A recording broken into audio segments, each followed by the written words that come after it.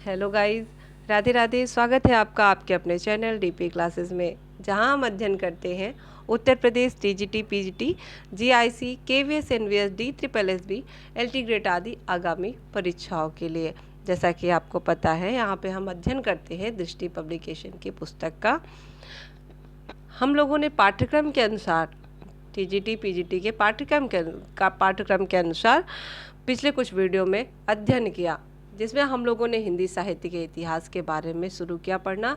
प्रथम काल, आदिकाल के बारे में भी बहुत अच्छे से पढ़ा। उसके बाद दूसरा काल जो हमारा भक्ति काल है, उसके बारे में हम लोग यहाँ पर अध्ययन कर रहे हैं। भक्ति काल पे पिछले 2 वीडियो हो भी चुके हैं। आज हम लोग भक्ति काल में आने वाले प्रथम शाखा निर्गुण शाखा के बारे में अध्ययन करेंगे। तो हम लोग ज़्यादा देरी न करते हुए अपने टॉपिक पर आ जाते हैं।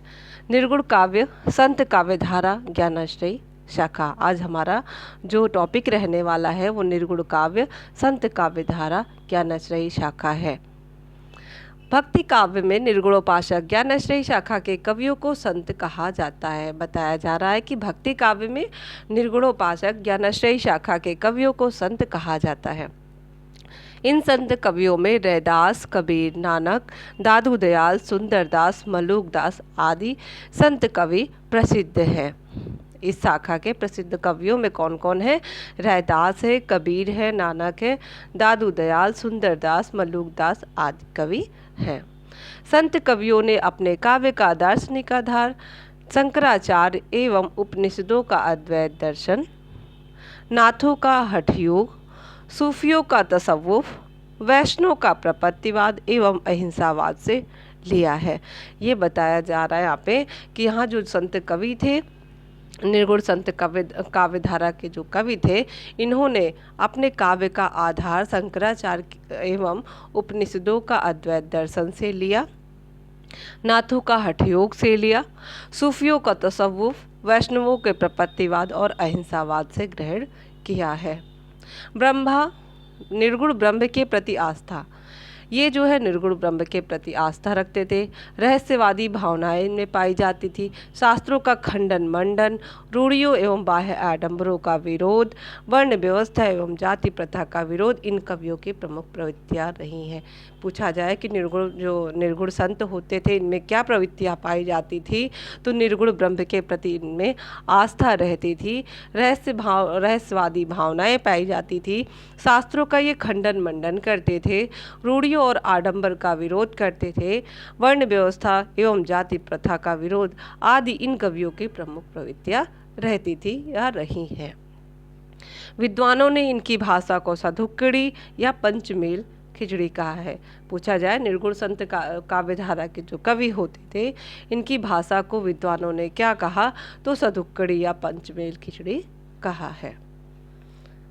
संत काव्य धारा ज्ञानाश्रयी शाखा का नामकरण। यहाँ बताया गया कि अन्य विद्वानों ने, मतलब जो विद्वान होते थे, किन विद्वान ने किस नाम से इस धारा को क्या क्या नाम दिया, वो यहाँ पे बतलाया जा रहा है। तो प्रथम आचार्य हैं आचार्य रामचंद्र शुक्ल। इन्होंने संत काव्य धारा को ज्ञानाश्रयी शाखा नाम दिया। हजारी प्रसाद द्विवेदी ने निर्गुण कहा। राम कुमार वर्मा ने संत काव्य कहा। परशुराम चतुर्वेदी ने संत काव्य कहा और गणपति चंद्रगुप्त ने भी संत काव्य कहा है। तो रामचंद्र शुक्ल ने ज्ञानाश्रयी शाखा और हजारी प्रसाद द्विवेदी ने निर्गुण कहा। और अन्य जो कवि हैं, जिनमें राम कुमार वर्मा, परशुराम चतुर्वेदी, गणपति चंद्रगुप्त है, इन्होंने इसे संत काव्य नाम दिया। यदि पूछा जाए संत काव्य धारा को राम कुमार वर्मा ने क्या कहा, तो संत काव्य कहा। शुक्ल जी ने क्या कहा, तो ज्ञानाश्रयी शाखा कहा। हजारी प्रसाद द्विवेदी ने निर्गुण शाखा कहा। परशुराम चतुर्वेदी जो हैं, इन्होंने संत काव्य नाम दिया। गणपति चंद्रगुप्त ने संत काव्य नाम दिया है। संत काव्य निर्गुण धारा के प्रथम कवि के विषय में मत। अब यहाँ पर संत काव्य धारा का नामकरण करने के बाद प्रथम कवि कौन थे, इसमें भी विद्वानों के अपने अपने मत हैं। रामचंद्र शुक्ल ने प्रथम कवि के रूप में कबीरदास को स्वीकार किया। रामचंद्र शुक्ल किसे मानते? कबीरदास को मानते हैं। हजारी प्रसाद द्विवेदी कबीरदास रामकुमार वर्मा नामदेव, गणपति चंद्रगुप्त नामदेव और राम स्वरूप चतुर्वेदी भी कबीरदास को प्रथम कवि के रूप में स्वीकार करते हैं।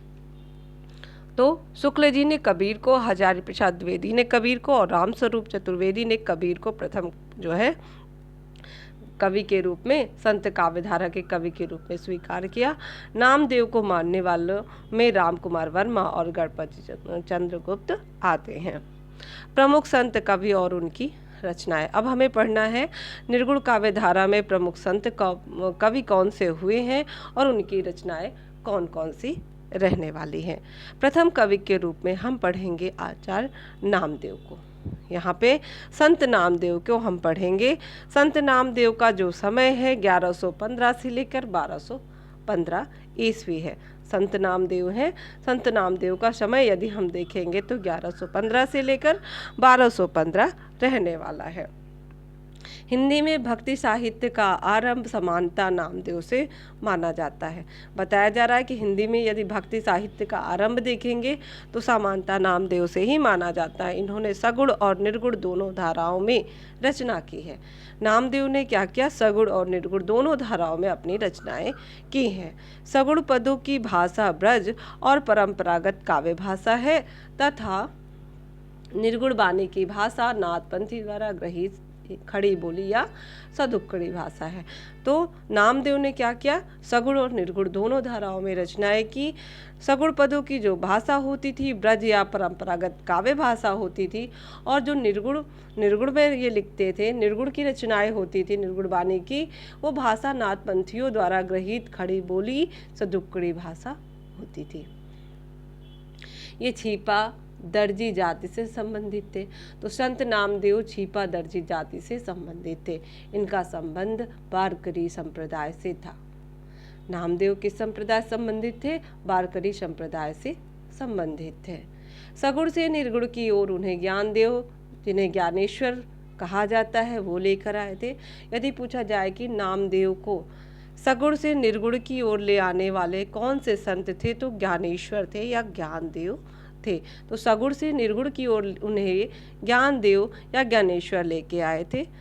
नामदेव के गुरु बिसुआ खेचर, जिन्हें खेचर नाथ कहा जाता है, वो थे जो कि नाथपंथी कनपटे थे। बताया जा रहा है कि नामदेव के गुरु जो है बिसुआ खेचर या खेचर नाथ थे, जो कि नाथपंथी कनपटे थे। नामदेव की प्रमुख रचना अभंग थी, जो कि मराठी भाषा में है, और हिंदी भाषा के पद गुरु ग्रंथ साहिब में संकलित है। हम लोगों ने नामदेव के बारे में पढ़ा। बताया गया कि हिंदी में जो है भक्ति साहित्य का आरंभ नामदेव से माना जाता है। इन्होंने सगुण और निर्गुण दोनों धाराओं में रचनाएं की। सगुण पद की जो भाषा होती थी ब्रज या परंपरागत काव्य भाषा होती थी। निर्गुण वाणी की भाषा नाथपंथियों द्वारा ग्रहित खड़ी बोली या सदुक्कड़ी होती थी। उसके बाद बताया गया कि ये दर्जी जाति के थे, छिपा दर्जी जाति से संबंधित थे, और ये जो वारकरी संप्रदाय से संबंध रखते थे या वारकरी संप्रदाय से थे। सगुण से निर्गुण की ओर इन्हें ले आने वाले यदि पूछा जाए कौन थे, तो संत ज्ञानेश्वर या ज्ञानदेव थे। नामदेव के गुरु बिसुआ खेचर, जिन्हें हम खेचरनाथ भी कहते हैं, तो बिसुआ खेचर नामदेव के गुरु थे, जो कि एक स्वयं नाथपंथी कनपटे थे। नामदेव की प्रमुख रचना अभंग है, जो कि मराठी भाषा में है, और हिंदी भाषा के जो पद हैं वो गुरु ग्रंथ साहिब में संकलित है। ये थे संत नामदेव। अगले संत के रूप में हम रैदास के बारे में पढ़ेंगे। संत रैदास 1388 से लेकर के इनका समय जो है 1518 ईस्वी है। संत रैदास का समय 1388 से 1518 ईस्वी है। रैदास के गुरु का नाम रामानंद था।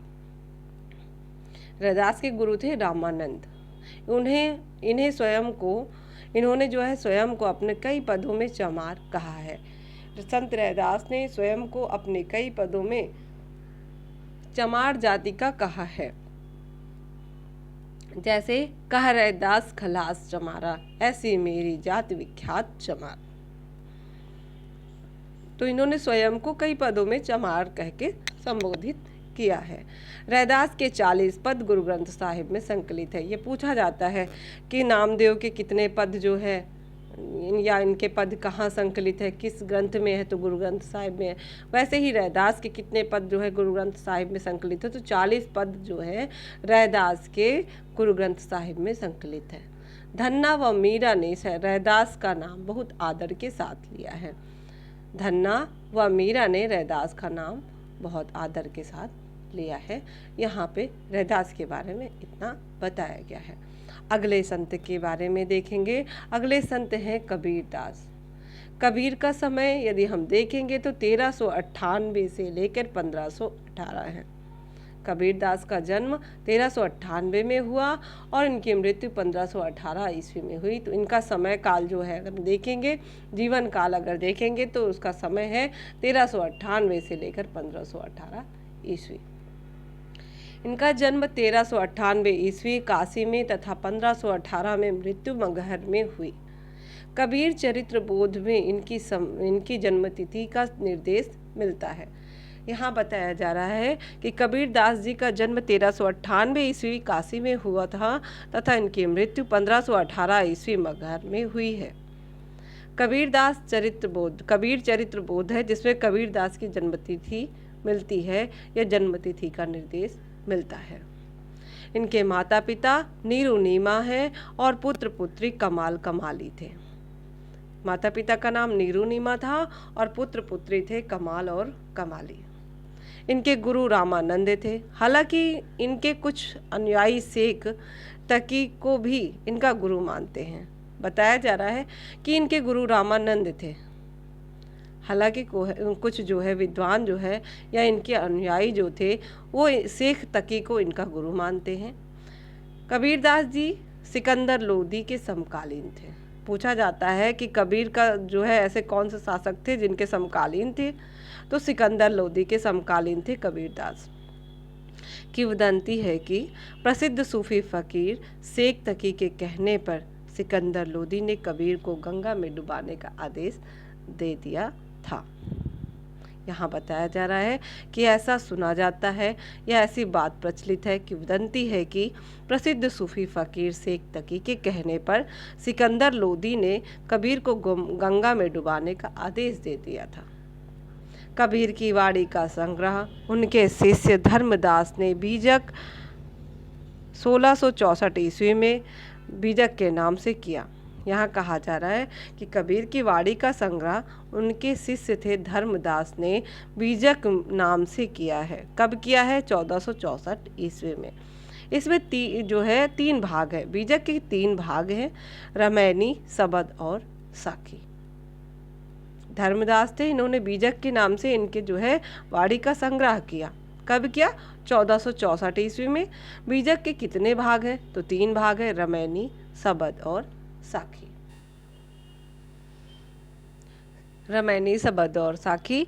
साखी देखते हैं, इनकी जो रचना थी, मतलब इनके रचनाओं में जो इन्होंने बीजक लिखा है जिसमें हम लोगों ने पढ़ा कि 3 भाग है, साखी, सबद और रामायणी।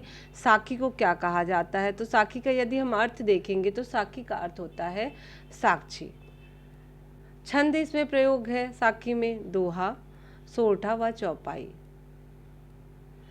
दोहा छंद में लिखा गया लेकिन इसमें कुछ सोरठा व चौपाई भी है। भाषा यदि हम देखेंगे साखी की तो सधुक्कड़ी, जिसमें राजस्थानी पंजाबी मिली खड़ी बोली है। सधुक्कड़ी भाषा में क्या आता है?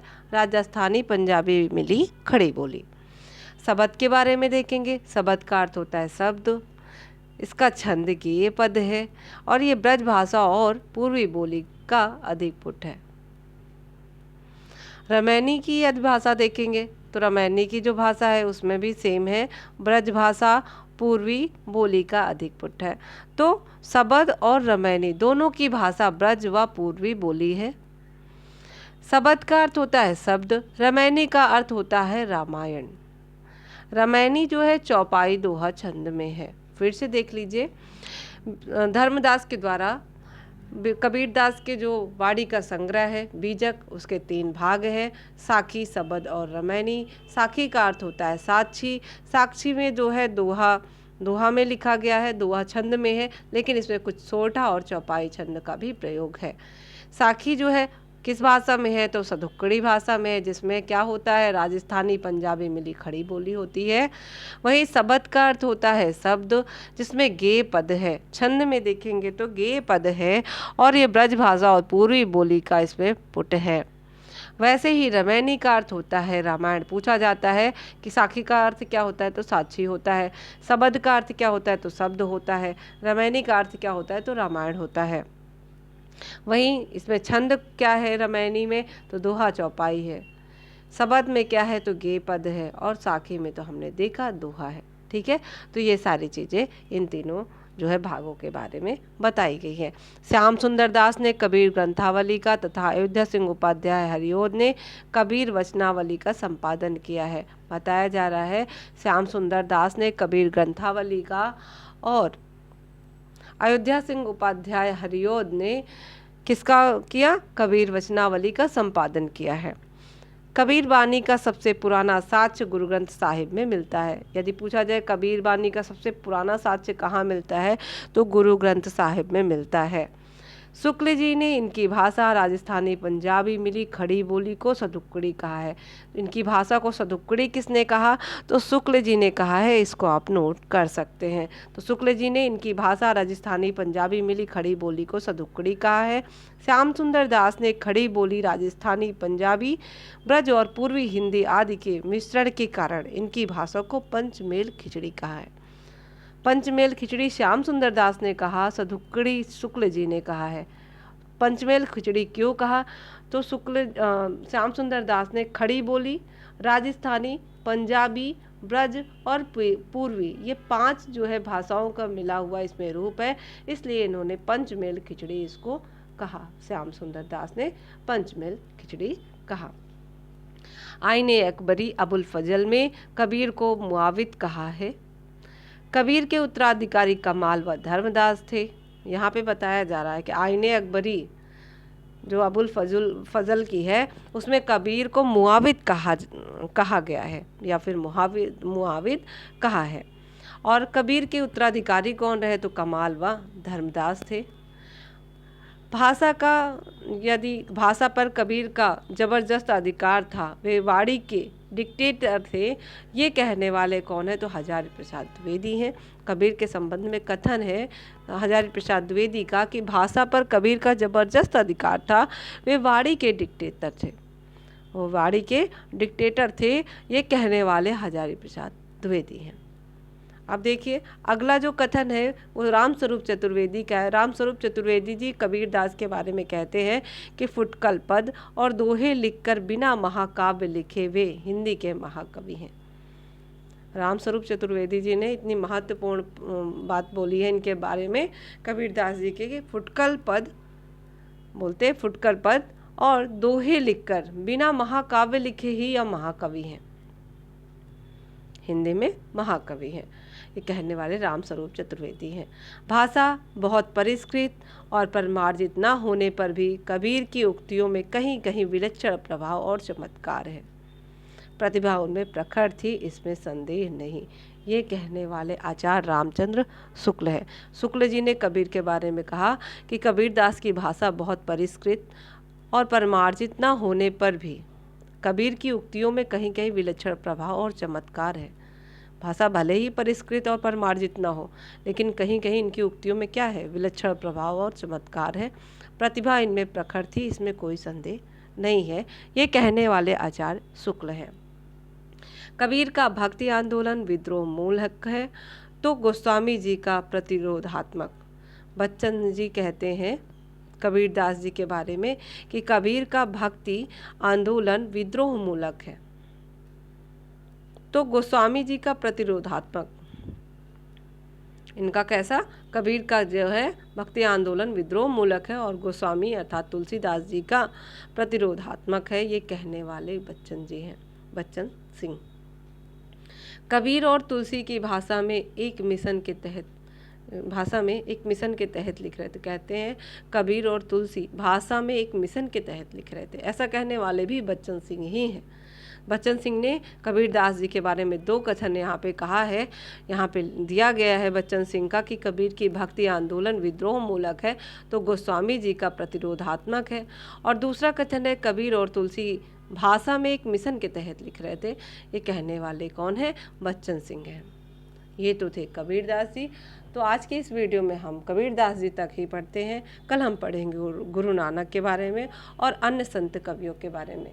तो आज के लिए इस वीडियो में इतना ही। मिलते हैं एक नए वीडियो के साथ नेक्स्ट वीडियो में। अब तक के लिए धन्यवाद।